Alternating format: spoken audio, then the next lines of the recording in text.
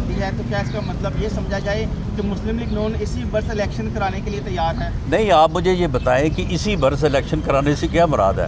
معاملہ یہ ہے کہ اگر الیکشن جو ہے وہ پہلے نہیں ہوتے تو 12-13 ماہ بعد تو ہونا ہی ہے نا. یعنی یہ جو ٹرم ہے جس کو پورا نہیں کر سکے یہ اپنی نالائکی کی وجہ سے، ان کے اتحادی ان کو چھوڑ گئے، ان کے لوگ ان کو چھوڑ گئے، تو اس ٹرم کا یہ آخری سال ہے اور یہ الیکشن ایئر ہے.